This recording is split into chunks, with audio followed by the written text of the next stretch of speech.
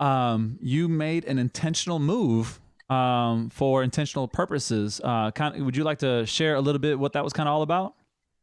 Yeah. So, I mean, this is like your whole career shifts, and like, let me tell you right now, try to sum it up in 5 minutes. Right. But like, but I think that God has kind of been preparing me to be able to do what I'm doing right now for a while. Even I feel like the schools were like a warm up for that. Of like, Mm-hmm. I started out being so gospel centric and everything. I was only doing churches, only doing youth groups, and it was a powerful time. It was great. Like, but that's what I was doing. And then moving into public schools kind of prepped me of like being intentional about the gospel and about ministry, but also realizing like you can't always talk about the gospel in order to reach people, because we have to legit be secret agents in order to even get an assembly. You know what I'm saying? Yeah. Like, you can't just have it straight out on your thing like, book this speaker, he's a Christian. You know what I'm saying? Like, you Right. just can't do that. Like, if you've ever been in like upstate New York, they would have none of that. You know what I'm saying? They will have none of that. Yeah. So it's like you just have to like know like that's how to move in culture. So I feel like God is prepping me for that. And then kind of around the same time that Even Jesus Loves Me came out, I started writing songs with Tommy, and he just was like, "Yo, have you ever done TV film like music for that?" And I was like, "Nope." And I was like, "I don't even know what that is." And he was like, "I mean, basically it's just like, songs that are behind commercials or movies or whatever." And he's like, "You want to make a song for that?" I'm like, "All right." So we wrote this song called We Running, and the whole Yeah. focus of it was just, for me, it was metaphorical about running a race of faith.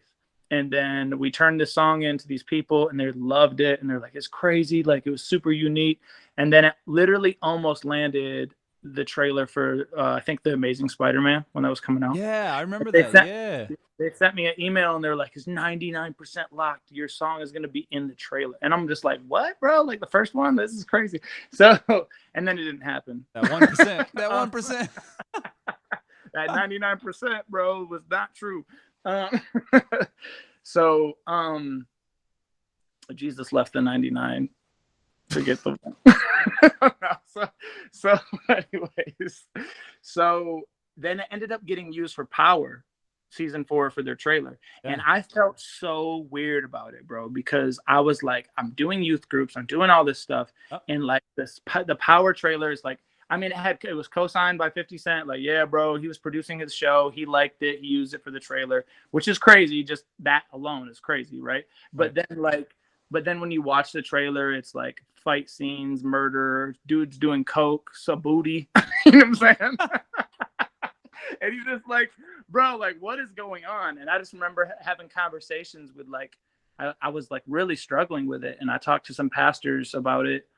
And there's this one dude at this event. I remember I was like in Pennsylvania doing a show, and I think it was with KB or something like that. He was headlining, and I was, doing this event, and this pastor was like, "There are people who are chosen to be sent into spaces that other people can't go into." Mm. And he was like, "You have to, you basically just have to trust that God knows what he's doing." Because at the end of the day, like how the sync industry works, you can't really choose what your music is used for.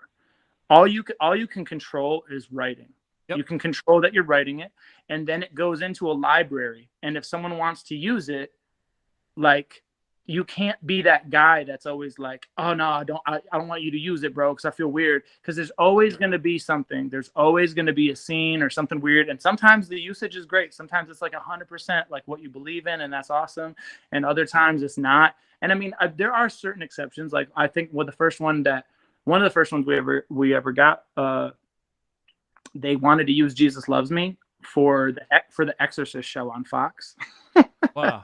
And it was like, I saw the trailer, and it was actually really kind of dope the way I edited it. But but it was like, "Jesus loves me," like that 75% Yeah, scary that thing. creepy, right? Right. Yeah, And yeah, then, yeah. and then like something jumps out at you, and I was like, I could not do it, because I'm like, bro, it's like I felt like that was like pimping my testimony and pimping like the purpose of even the original hymn. Like, the original writer wrote it to worship God. Like, I'm not gonna let that be like to terrify people, right? So Wow. I did say no to that. But But yeah, that power trailer and those conversations with people, just realizing like God prepares you for moments. And it's crazy because some of these songs that I have that people would probably think that they aren't about God at all, or it seems like I'm boasting or whatever. So many of them are metaphorically spiritual for me. Like I have a song that was used in the Apex Legends trailer called "Watch Me Now" with Tommy that is about the return of Christ, but I wrote it first person as if I was Jesus. And that was almost weird for me at first, but it almost wasn't, like, because as I was writing, I was like, if you think about like C.S. Lewis and like how he wrote these stories and stuff like that, like he's taking on characters in order to tell a story. Yep. And the confusion though is that in hip hop culture, so much of it is focused on the artist must be saying what they believe about themselves. Yes. And so I've had to like try to put on the fact that I'm storytelling, and hopefully at some point I'll have interviews like this or moments where I can tell people like, yo, there's storytelling in what I'm doing. Like, I'm not saying that like I'm gonna crack through the sky or whatever. Right. Like it's actually about Jesus. Like in the same way that like a prophet would say something, you know? And so even like Enemy, like this song that we have has like 34 million streams, which I don't even really like the song, to be honest. I don't know why that many people are listening to it. But like it's, I mean, I know there's some crazy memes on TikTok with it that are hilarious and unfortunate, but it's like India, like it's blowing up in India, like all this stuff, and I'm like, I don't know what they're doing, like meditating on their enemies or what. I don't know what they're doing, but like I wrote it as like a spiritual warfare type of moment. Like that was kind of like how the song was constructed, and it was also going to be used for sync. And so like it's just interesting. I feel like songs that I've been more spiritual on have gotten massive usage. And like, and I don't know what God's doing with it, but like I had a dude from Iran hit me up, like they're like, you know, their whole government's like shutting them down and they don't have internet. And he hit me up and he was like, this song has like been an anthem for us to like basically realize that the people that we thought were for us are actually against us, that our government is our enemy. And it's like so weird because it's like, bro, this dude's a Muslim. You know what I'm saying? Like, I don't know where he's at with that stuff, but like that song is connecting with him somehow. And then I was able to tell him, like, by the way, I wrote that kind of from perspective of like God and Satan. I don't know if you're familiar with the scriptures or whatever, and was able to like talk to him in the DMs about this thing. And it's just like weird stuff, bro, that you would never think you'd have the opportunity to. And everyone, and I'm sure some people would hear it and be like, "Oh, Beacon trip," and he went off the deep end. Right. So But how like did that? Only because I'm nosy. How did that conclude? Like after you told him what it was about?